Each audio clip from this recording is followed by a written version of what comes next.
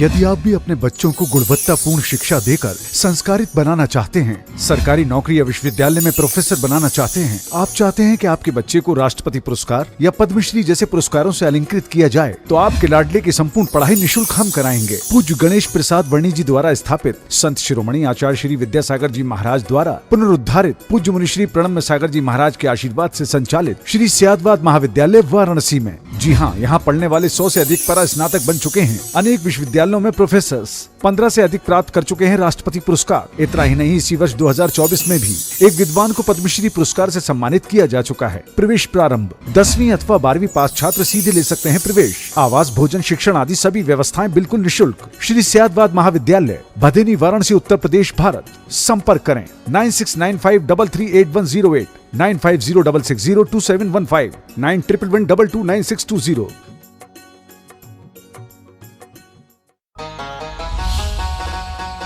इस कार्यक्रम के पुण्यार्जक हैं प्रणम्य वाणी देवदूत। प्रणम्य गुरु की वाणी पहुँचे घर घर, सम्यक ज्ञान प्रभावना होवे घर घर। सभी प्रणम्य वाणी देवदूत के पुण्य की बहुत बहुत अनुमोदना। अधिक जानकारी के लिए संपर्क करें। गुरु चरणों में समर्पित गुरु भक्त परिवार, USA।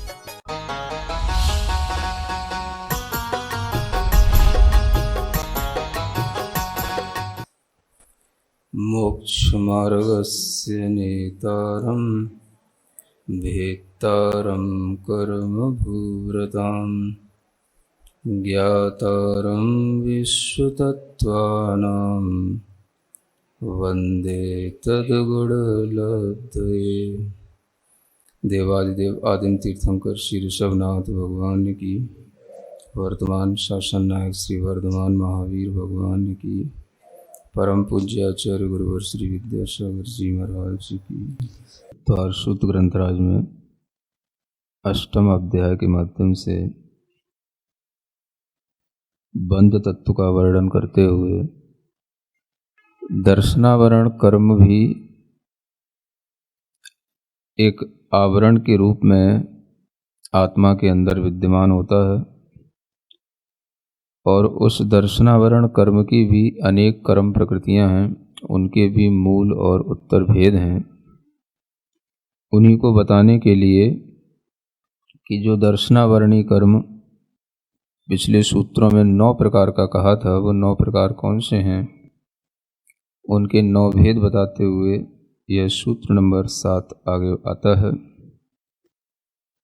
चक्षु रचक्षु रवधि केवलानां निद्रा निद्रा निद्रा प्रचला प्रचला प्रचला स्त्यान ग्रद्धयश्च।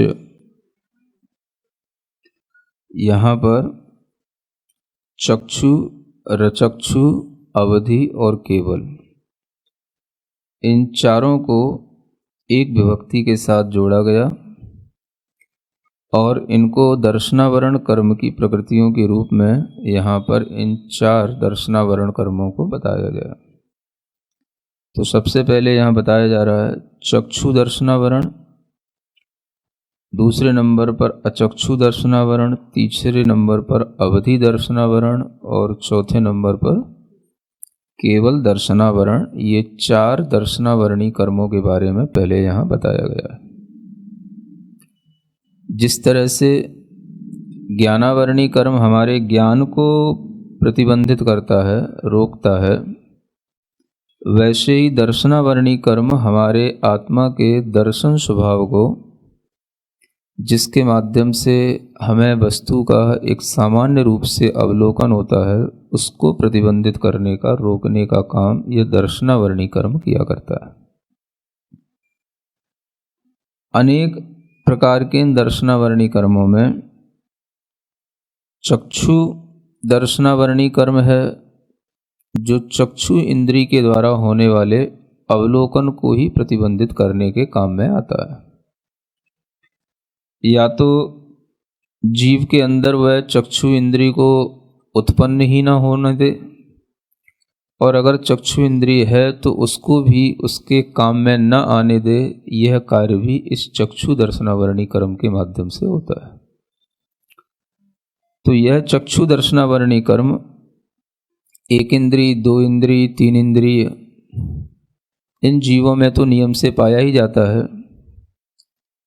चार इंद्रिय जीवों से चक्षु की प्राप्ति हो जाती है, पंचेंद्रिय जीवों में भी चक्षु होता है, लेकिन अगर वह जीव अपनी उस चक्षु इंद्रिय का उपयोग नहीं कर पा रहा हो, कोई रोग के कारण से अंधता हो सकती है या जन्म से भी अंधता हो सकती है, तो इन सब दिक्कतों के कारण से भी जब वो वस्तु को नहीं देख पाता, सामान्य अवलोकन भी उसके लिए नहीं होता, तो इसमें भी बाधक यह चक्षु दर्शनावरणी कर्म का तीव्र उदय ही कहलाता है। यह चक्षु दर्शनावरणी कर्म के उदय में जीव के लिए जो वस्तु चक्षु के माध्यम से देखने में आती है, चक्षु इंद्रिय का प्रयोग करते हुए जब हम वस्तु का ज्ञान करते हैं, तो ज्ञान से पहले जो हमारे अंदर एक दर्शन की प्रवृत्ति चलती है, वह दर्शन जो वस्तु के सामान्य का अवलोकन करता है, सामान्य धर्म को जानने वाला होता है। ज्ञान हमेशा विशेष को जानता है और दर्शन हमेशा सामान्य को जानता है। यह दर्शन और ज्ञान के बीच का जो संबंध है, यह बहुत ही दार्शनिक है और यह जैन दर्शन के अनुसार जो आचार्यों ने बताया है, उसको समझने के लिए जो हम सामान्य से लौकिक व्यवहार में दर्शन कहते हैं, वो दर्शन अलग चीज़ है, और जो दर्शन यहाँ बताया जा रहा है वो थोड़ा सा सैद्धांतिक रूप से अलग है। क्योंकि सामान्य से तो हम कहते हैं, जब हमने चक्षु इंद्रिय के द्वारा किसी भी पदार्थ को देखा तो हम बोलते हैं हमने दर्शन किया, हमने देख लिया, पदार्थ को हमने चक्षु इंद्रिय से देखा। लेकिन यहाँ पर आचार्य कहते हैं कि जो पदार्थ हम देखते हैं या जानते हैं, वह पदार्थ जानने में आने से पहले जो हमारे लिए एक सामान्य को दिखाता है, सामान्य का अवलोकन कराता है, उसका नाम चक्षु दर्शन कहलाता है। दर्शन की परिभाषा जब जब आपके सामने आए, आपको यही बात ध्यान में रखनी है कि जो पदार्थ को सामान्य रूप से देखे, सामान्य रूप से जिसका अवलोकन हो, जिस सामान्यता में हम कह सकते हैं कि ना तो उस पदार्थ की कोई जाति हमें समझ में आए, ना उसके कोई गुण समझ में आए, ना उसका कोई क्रियाधर्म हमें समझ में आए, उसका नाम है सामान्य।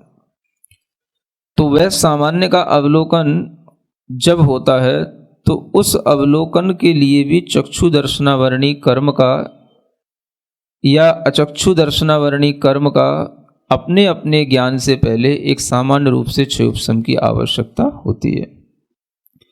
तो जब चक्षु दर्शनावरणी कर्म की बात आएगी, तो उसकी परिभाषा इस तरह से आपको समझनी होगी कि जो नेत्र इंद्रिय है, उस नेत्र इंद्रिय से होने वाले ज्ञान से पहले जो हमें वस्तु का सामान्य प्रतिभास होता है, उसका नाम चक्षु दर्शन है, और उस चक्षु दर्शन को जो न होने दे, उसका नाम चक्षु दर्शनावरणी कर्म है। समझ में आ रहा? पहले हमें क्या समझना पड़ेगा? चक्षु दर्शन, चक्षु दर्शन में सामान्य का अवलोकन, और उसको जो बाधित करे, प्रतिबंधित करे, उसका नाम है चक्षु दर्शनावरण। तो जिन जीवों में नेत्र इंद्रिय के माध्यम से पदार्थ को जानने के लिए जब प्रवृत्ति होती है, तो उस प्रवृत्ति में पदार्थ को पहले जानने से पहले एक सामान्य रूप से पदार्थ का ग्रहण किया जाता है। उस सामान्य में उस वस्तु का कुछ भी विशेष नहीं आएगा ग्रहण करने में, सामान्य ही ग्रहण करने में आएगा। अब वो सामान्य किमात्मक होता है, तो आचार्य कहते हैं जिसमें उसकी कोई विशेषता ना आए वस्तु की। चाहे आप किसी व्यक्ति को देखें या किसी पदार्थ को देखें, उसकी अगर आपको कोई भी विशेषता ग्रहण करने में आ गई, तो समझना कि आपका ज्ञान काम कर गया।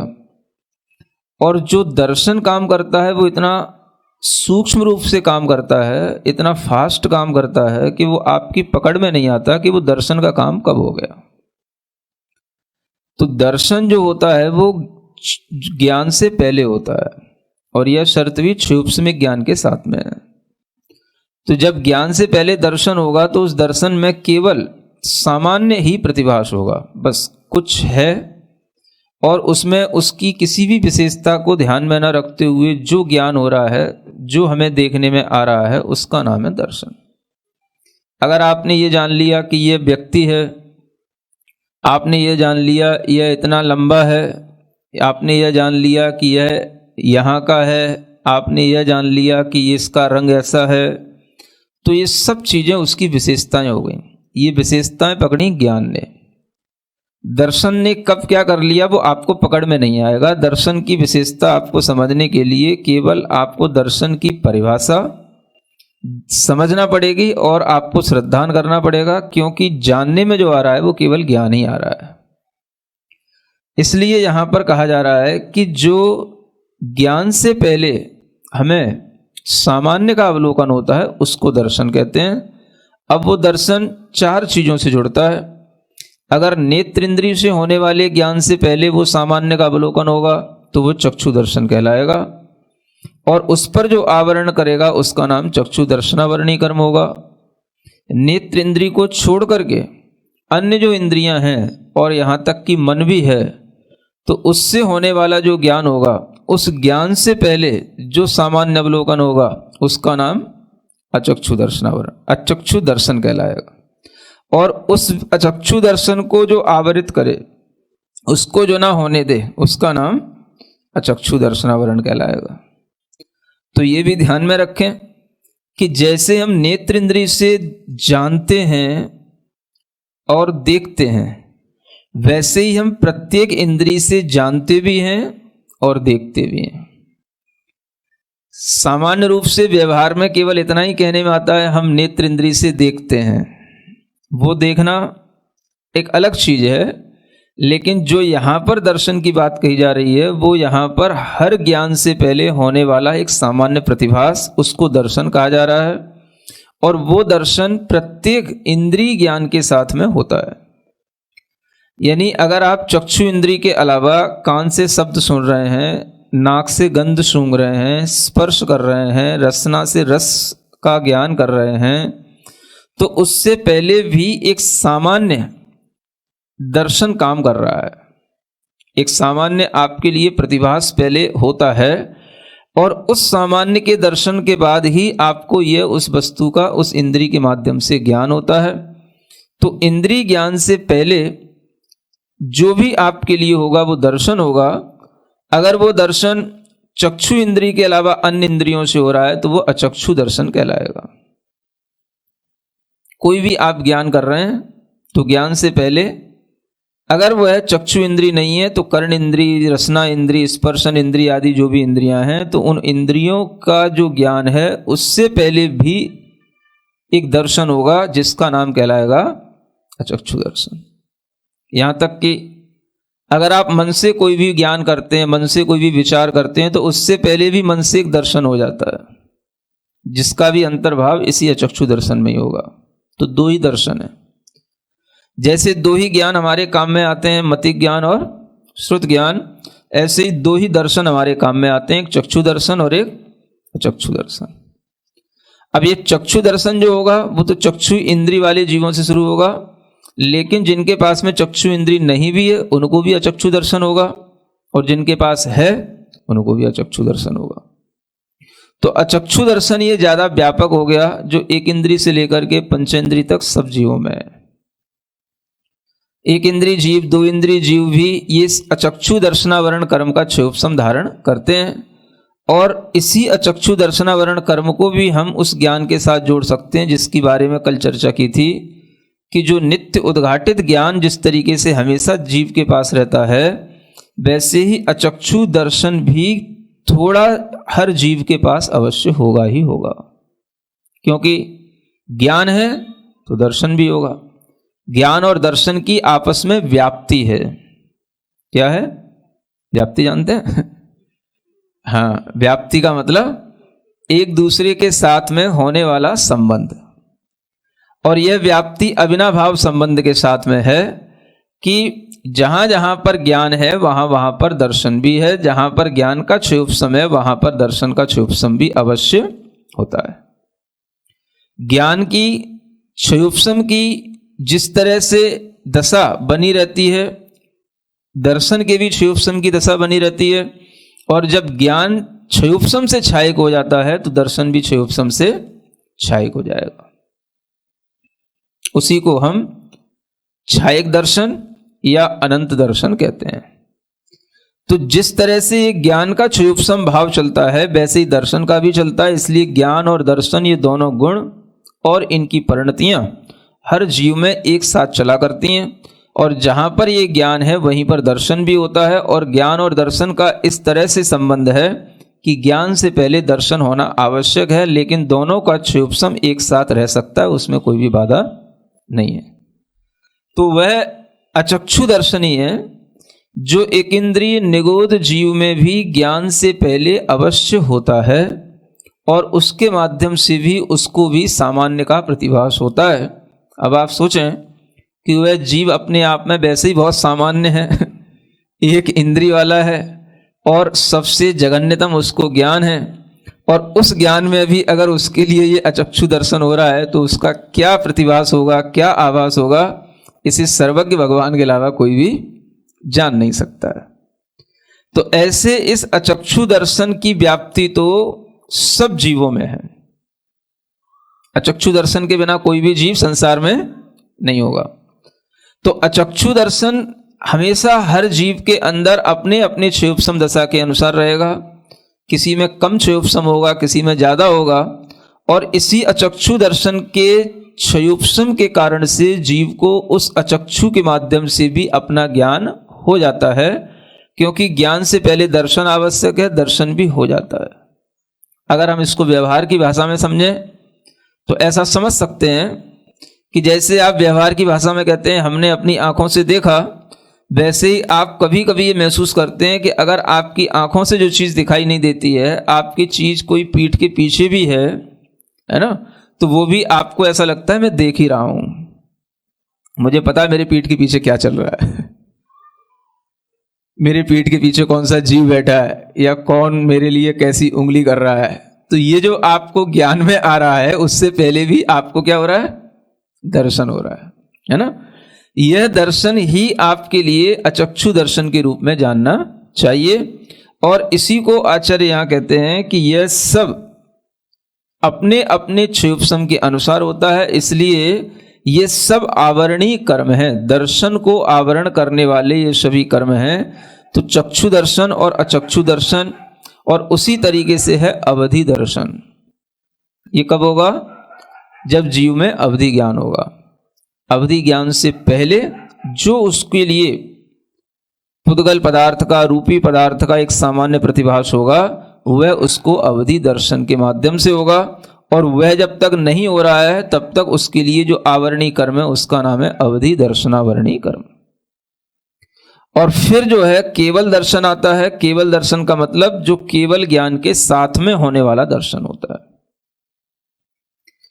जब ये क्षयोपशम ज्ञान के साथ में दर्शन होगा तब तो ज्ञान से पहले दर्शन होगा, और जब ज्ञान की क्षयिक दशा आ जाएगी, जब केवल ज्ञान के साथ होगा तो दर्शन फिर उसके साथ कहलाएगा, आगे पीछे नहीं होगा। तो केवली भगवान सभी पदार्थों को प्रत्यक्ष रूप से हर समय पर एक साथ देखते भी हैं, सामान्य रूप से भी और विशेष रूप से जानते भी हैं। तो ये सामान्य और विशेष का जो ज्ञान है, यह एक साथ होने का ये परिणमन केवल केवली भगवान में होता है। बाकी क्षयोपशम दशा में ये आगे पीछे चलता है। इसलिए यहाँ पर जो 4 प्रकार का यह आवरणीय कर्म बताया जा रहा है, उसमें आपको मनः पर्यय नाम का कोई आवरणीय कर्म नहीं बताया गया है ना। माने आप ये जान के रखें कि जो दर्शन होता है वो दर्शन ज्ञान से पहले होता है, लेकिन वो ज्ञान और दर्शन की जो आपस में व्याप्ति है वह व्याप्ति इन्हीं दर्शनों के साथ में है। चक्षु दर्शन, अचक्षु दर्शन, अवधि दर्शन और केवल दर्शन।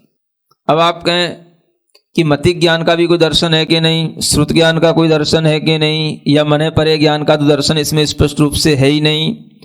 तो मनः पर्यय ज्ञान से पहले दर्शन नहीं होता। मनः पर्यय ज्ञान से पहले भी एक ज्ञान होता है जिसको ईहा मतिक ज्ञान कहा गया है।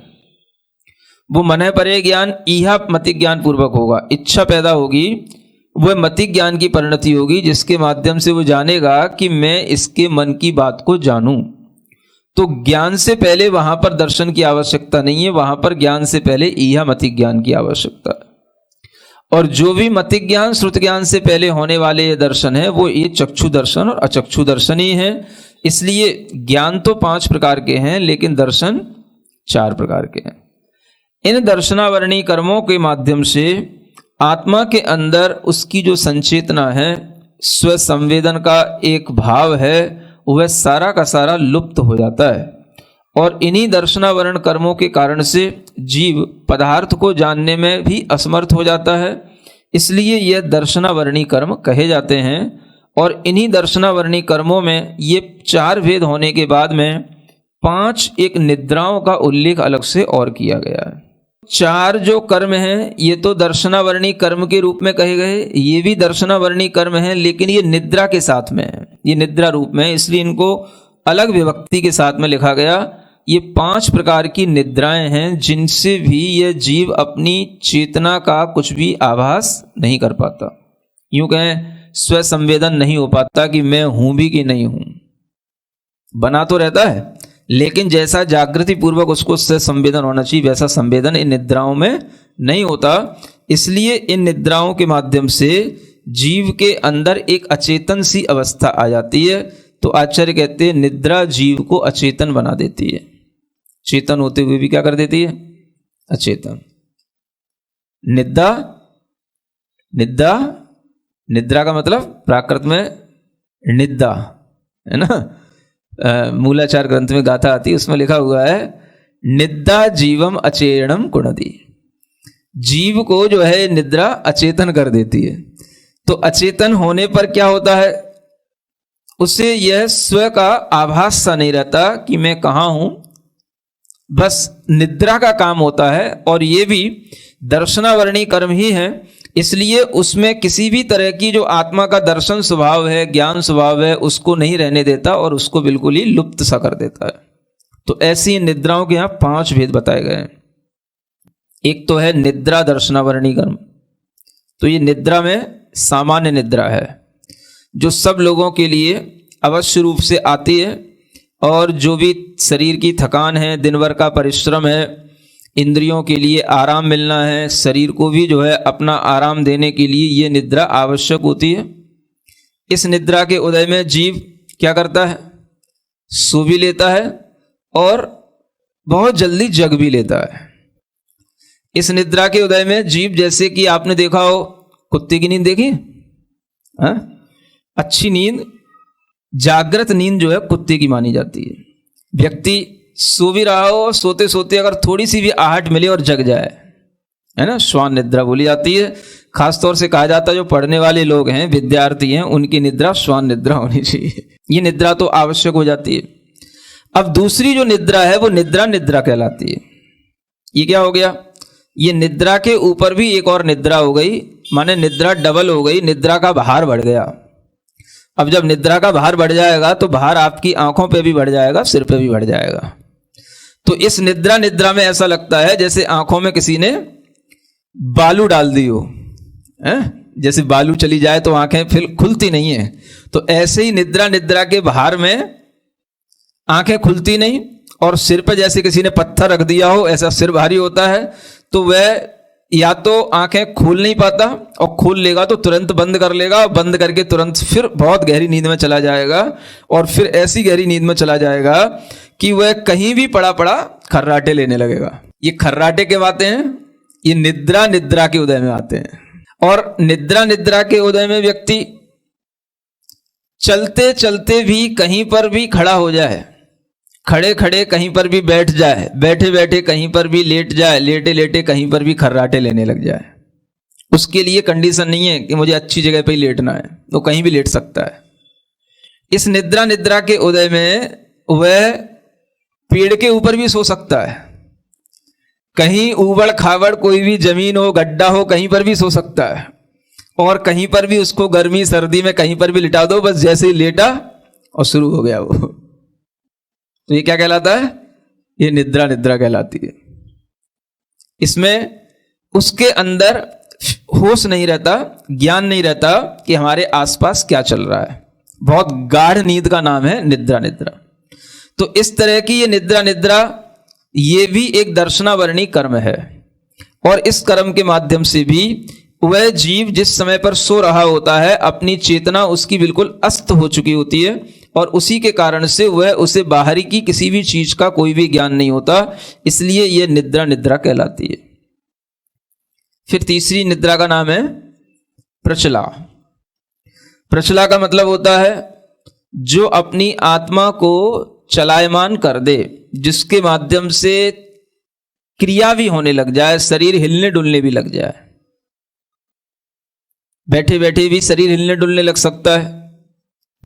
इस प्रचला के उदय में आदमी बैठे बैठे सो लेगा और सोते सोते थोड़ा सा आंखें भारी रहेंगी, थोड़ी आंखें उसकी खुली भी दिखाई देंगी, लेकिन बहुत जल्दी वो नींद में भी चला जाता है और बहुत जल्दी थोड़ा सा फिर आंखें खोल करके देखने की कोशिश करता है और फिर जो है बाहर की परिस्थिति को समझ करके फिर सो लेता है। जो अक्सर आप देखते हो उपदेशों की सभाओं में जो लोग बैठे बैठे सोते हैं वो सब प्रचला में होते हैं। समझ आ रहा है? निद्रा में तो थकान दूर होती है और प्रचला में क्या होता है, शरीर हिलता है।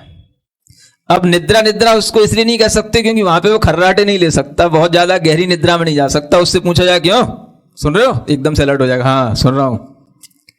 जाग रहे हो, हाँ जाग रहा हूं। तो प्रचला में उसके अंदर इस तरीके का भाव रहता है। तो ये निद्रा अलग टाइप की हो गई और प्रचला जो होती है ये थोड़ी अलग टाइप की है। और फिर इससे भी बड़ी चीज आ जाती है प्रचला। इसमें क्या होता है, अब ये डबल प्रचला हो गई। पहले तो थोड़ा सा चल रहा था, अब तो ये बहुत ज्यादा चलने लग जाता है।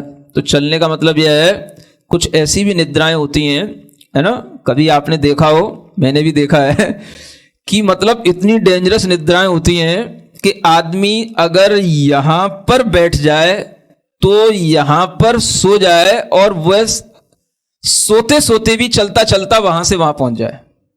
मतलब इतना खतरनाक है वो निद्रा, ये प्रचला भी, कि इसमें आदमी चलता है सोते हुए। तो ये बहुत खतरनाक निद्रा है और इस निद्रा में भी बहुत सारी घटनाएं हो सकती हैं क्योंकि जब उसे पता ही नहीं है कि वो घूमते घूमते कहां पहुंच गया।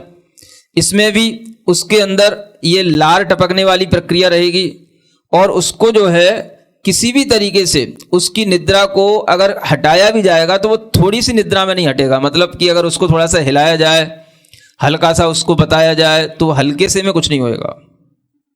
उसको तोड़ने के लिए बड़ा मतलब पुरुषार्थ करना पड़ेगा और उसके लिए भी स्वयं में भी उसकी वो निद्रा तब टूटेगी जब इसका भी जब उदय है तो वो कुछ देर तक चलता है। जब वो देर हल्की हो जाएगी, वो टाइम पूरा हो जाएगा, तभी उसकी आंखें खुलेंगी। कुंभकर्ण की नींद को भी हम प्रचला नहीं कह सकते हैं, वो निद्रा कहलाएगी जिसमें व्यक्ति बहुत ज्यादा सोता है, नींद के बाद भी उसको नींद आती है तो उसे निद्रा बोलते हैं। तो ये प्रचला के बाद में इससे भी ज्यादा खतरनाक निद्रा है जिसका नाम है स्त्यान ग्रद्धि। स्त्यान का मतलब होता है कि ये जैसे सोते सोते ही स्वप्न में भी इसके अंदर एक इतना रौद्रपने का कार्य हो जाता है, साहस आ जाता है कि वह व्यक्ति कहीं पर भी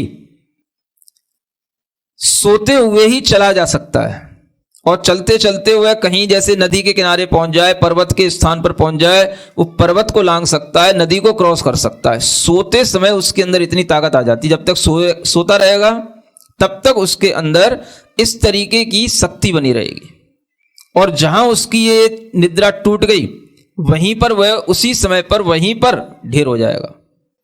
वो अगर मान लो कहीं पर्वत पर चढ़ रहा हो और उसकी निद्रा टूट जाए तो फिर नहीं चढ़ पाएगा, फिर गिर पड़ेगा तो नीचे पड़ेगा। नदी में तैर रहा हो, जा रहा हो, डूब जाएगा। जब तक निद्रा का उदय है वो कुछ भी कर सकता है। बड़े बड़े रौद्र कर्म भी इसमें कर दिए जाते हैं और इसमें किसी का वह मर्डर करके भी आ सकता है, किसी के लिए कहीं से कहीं तक नुकसान भी पहुंचा करके आ सकता है, अपने घर के भी लोगों को करके आ सकता है, दूसरे कहीं दूर दराज भी जा करके लौट करके आ सकता है, उसे पता नहीं होगा। मान लो पानी में गया, भीग गया, उसे पता नहीं है जब वो सो करके उठेगा, वो घटना करके आ गया, किसी का मर्डर करके आ गया, लौट करके अपने बिस्तर पे आकर के पड़ा है, सो गया, और फिर जब उसकी नींद खुली तब वो देखेगा कि मेरे सब कपड़े गीले क्यों हैं। उसे खुद नहीं पता होगा मेरे कपड़े गीले क्यों हैं, वो कहां क्या करके आ गया। दूसरी जगह पर वीडियो कैमरे लगे होंगे, वो कैच कर लेंगे कि ये व्यक्ति यहां आया था, लेकिन उसे खुद नहीं मालूम कि मैं यहां कहां गया था। तो ऐसी भी घटनाएं होती हैं, और ये घटनाएं भी कई तरीके से विदेशों में भी हुई हैं, और इनके पीछे भी सर्च की गई है, और इसको भी वैज्ञानिकों ने स्वीकार किया है कि हाँ, ऐसा भी नींद में होने वाला कार्य होता है। तो ये स्त्यान ग्रंथि का कार्य है, यह भी सबसे बड़ी निद्रा है, और इस तरह की जो तीव्र निद्रा है, ये बहुत ज्यादा नुकसान पहुंचाने वाली है। व्यक्ति के अंदर पाप कराने की सामर्थ्य, रौद्र कर्म कराने की सामर्थ्य इस निद्रा में है, और इस निद्रा के माध्यम से व्यक्ति दूर दूर तक जाकर के भी कहीं पर भी अपने को खतरे में डाल सकता है, और किसी के लिए भी खतरा बन सकता है। तो ये देखो कर्म के उदय। आप कहते हो हम भीतर से सावधान हैं, आप कहते हो हम अपनी दवाइयों से सब काम कर लेंगे, आप क्या क्या कर लोगे। स्त्यान ग्रंथि का कोई इलाज नहीं है, समझ में आ रहा है। प्रचला का भी कोई इलाज नहीं है। इलाज तो इस चीज का है कि बस अगर आपको नींद नहीं आ रही है तो एनेस्थेसिया के इंजेक्शन लगा देगा, या कोई आपको बेहोशी की दवाई दे देगा, नींद की दवाई दे देगा, वो खा लो, पड़े रहो बेहोशी में, ये है।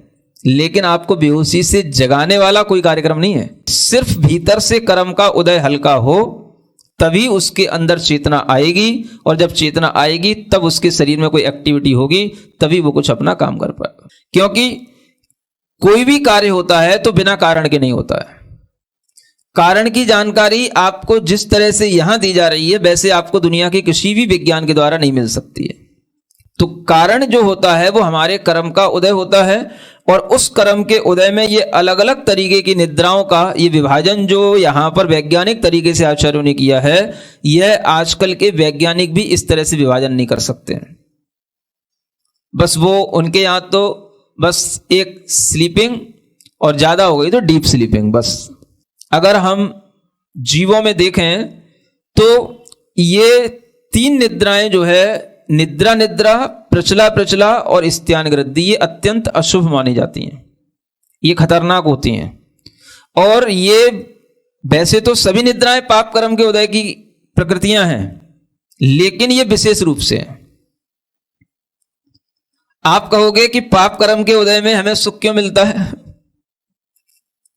नहीं समझ आ रहा है। अब देखो ये कैसा एक मिला जुला विज्ञान है कि एक तरफ तो ये दर्शनावर्णी कर्म क्या है, पाप कर्म है। निद्रा का उदय क्या है, पाप कर्म है। और पाप के साथ साथ ये भी बताया गया है कि जब इस निद्रा का उदय होगा तो आपके अंदर साता वेदनी का उदय भी आ जाएगा, क्योंकि निद्रा में साता होना जरूरी है। जब साता होगी तो निद्रा काम करेगी, असाता होगी तो निद्रा काम नहीं करेगी। इसलिए आप देखते हो जब कभी आपको बहुत ज्यादा दुख हो, पीड़ाएं हो, शोक हो, चिंताएं हो, तो निद्रा नहीं आती। जब थोड़ी सी शांति हो जाए, दूर हो जाए, थोड़ा सा शोक चिंता दूर हो जाए, तो निद्रा आती है।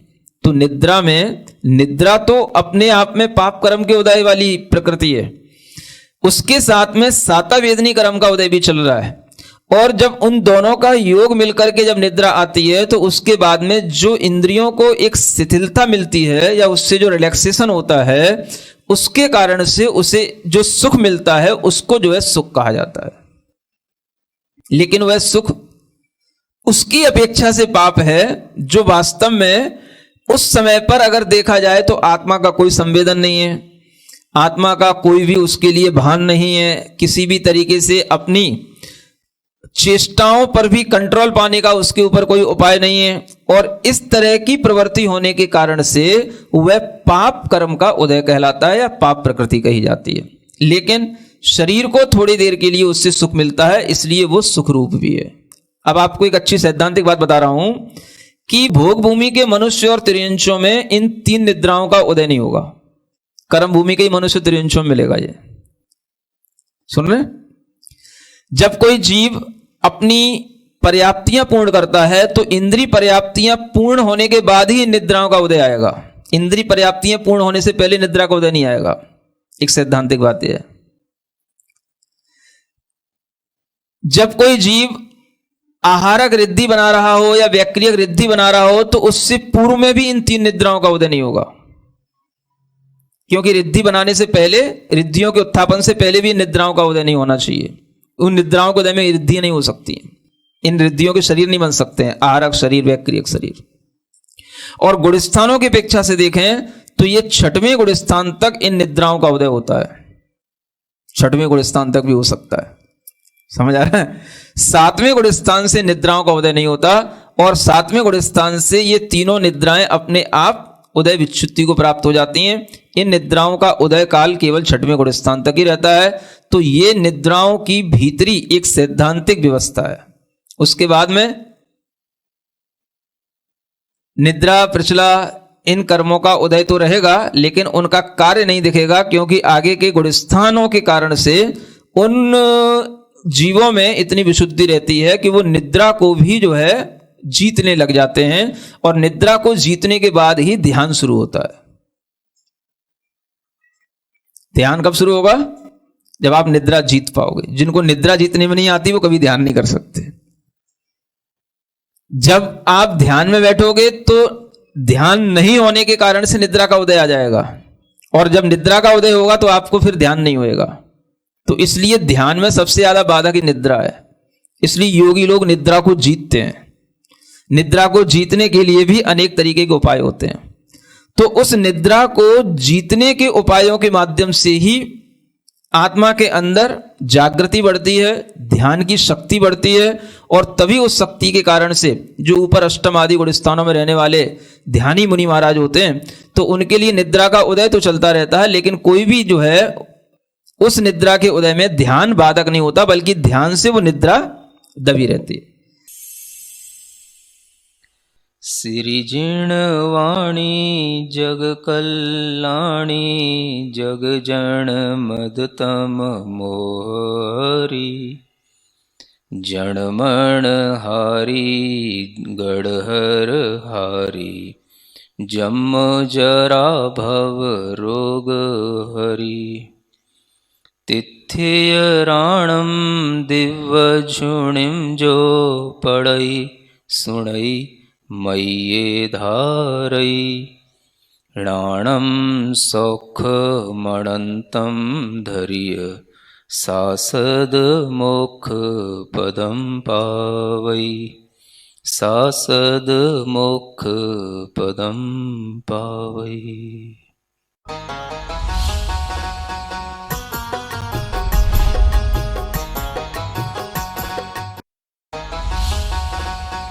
इस कार्यक्रम के पुण्यार्जक थे प्रणम्य वाणी देवदूत। प्रणम्य गुरु की वाणी पहुँचे घर घर, सम्यक ज्ञान प्रभावना होवे घर घर। सभी प्रणम्य वाणी देवदूत के पुण्य की बहुत बहुत अनुमोदना। अधिक जानकारी के लिए संपर्क करें। गुरुचरणों में समर्पित गुरु भक्त परिवार USA। यदि आप भी अपने बच्चों को गुणवत्तापूर्ण शिक्षा देकर संस्कारित बनाना चाहते हैं, सरकारी नौकरी या विश्वविद्यालय में प्रोफेसर बनाना चाहते हैं, आप चाहते हैं कि आपके बच्चे को राष्ट्रपति पुरस्कार या पद्मश्री जैसे पुरस्कारों से अलंकृत किया जाए, तो आपके लाडले की संपूर्ण पढ़ाई निःशुल्क हम कराएंगे। पूज्य गणेश प्रसाद वर्णी जी द्वारा स्थापित संत शिरोमणि आचार्य श्री विद्यासागर जी महाराज द्वारा पुनरुद्धारित पूज्य मुनि श्री प्रणम्य सागर जी महाराज के आशीर्वाद से संचालित श्री स्यादवाद महाविद्यालय वाराणसी में। जी हाँ, यहाँ पढ़ने वाले 100 से अधिक परा स्नातक बन चुके हैं। अनेक विश्वविद्यालयों में प्रोफेसर्स 15 से अधिक प्राप्त कर चुके हैं राष्ट्रपति पुरस्कार। इतना ही नहीं, इसी वर्ष 2024 में भी एक विद्वान को पद्मश्री पुरस्कार से सम्मानित किया जा चुका है। प्रवेश प्रारंभ 10वीं अथवा 12वीं पास छात्र सीधे ले सकते हैं प्रवेश। आवास, भोजन, शिक्षण आदि सभी व्यवस्थाएं बिल्कुल निःशुल्क। श्री स्यादवाद महाविद्यालय, भदेनी, वाराणसी, उत्तर प्रदेश, भारत। संपर्क करें 9695338108, 9506602715, 9111229620।